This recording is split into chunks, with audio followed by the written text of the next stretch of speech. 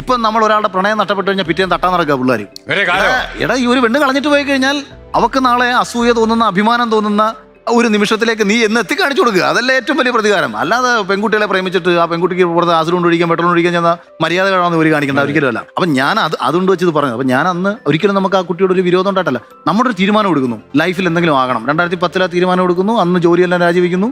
അപ്പോൾ അന്ന് ഞാൻ വർക്ക് ചെയ്യുന്നത് ഒരു US കമ്പനിയിലാണ്. ഞാൻ മെഡിക്കൽ റെപ്പായിരുന്നു. പിന്നെ അതിനുശേഷം തന്നെ ഒരു അമേരിക്കൻ കമ്പനിയിൽ ബോട്ടോക്സ് ബ്രാൻഡൊക്കെ കിട്ടുന്നുണ്ട്. അപ്പോൾ അത് അലർഗൻ എന്ന് പറയുന്ന കമ്പനിയാണ്, വേൾഡ് നമ്പർ 1 അവർ ഓഫ്താൽമിക്കിൽ. അപ്പോൾ അതിൻ്റെ ടെറിട്ടറി മാനേജറായിട്ട് വർക്ക് ചെയ്യായിരുന്നു. അപ്പോൾ അതെല്ലാം വേണ്ടെന്ന് വയ്ക്കുന്നു. പെട്ടെന്ന് ഒരു സഡൻ തീരുമാനം. അപ്പോൾ എൻ്റെ മാനേജർ ചോദിക്കുന്നുണ്ട്, നീ എന്താ ഈ പരിപാടി കാണിക്കുന്നത്? കാരണം ഇത്രയും ഈ ഇന്ത്യയിൽ തന്നെ 21 വയസ്സിലൊരു എംപ്ലോയി കമ്പനിക്ക് ഇല്ല. കാരണം 25 വയസ്സിന് താഴെയുള്ള കമ്പനിയുടെ അന്നത്തെ ഒരേ എംപ്ലോയി ഞാനാണ്. അപ്പോൾ അത്രയും ചെറിയ പ്രായത്തിൽ ആ കമ്പനി ഞാൻ വർക്ക് ചെയ്യാൻ കയറിയിട്ട് നീ ഇത് ഇത്രയും വളരെ ഈസി ആയിട്ട് 7ാമത്തെ മാസം കളഞ്ഞിട്ട് പോകണമെന്ന് വെച്ച് പുള്ളി എന്നെ കുറേ വഴക്ക് പറഞ്ഞപ്പോൾ ഞാൻ ഹൈദരാബാദിൽ വെച്ചിട്ട് ഞാൻ പറയുന്നു, സാറേ ഇല്ല, എനിക്ക് പറ്റില്ല, എനിക്കൊരു കോർപ്പറേറ്റ് കമ്പനികൾ വേണ്ടി എൻ്റെ ജീവിതം നശിപ്പിച്ചു കളയാൻ പറ്റില്ല എന്നൊക്കെ പറഞ്ഞിട്ട് അത് പറയുകയും, പക്ഷേ അതിന് പിന്നാലെ അങ്ങ് ഒരു സഞ്ചാരം തുടങ്ങുമായിരുന്നു. ആ യാത്ര ഇന്നിപ്പോൾ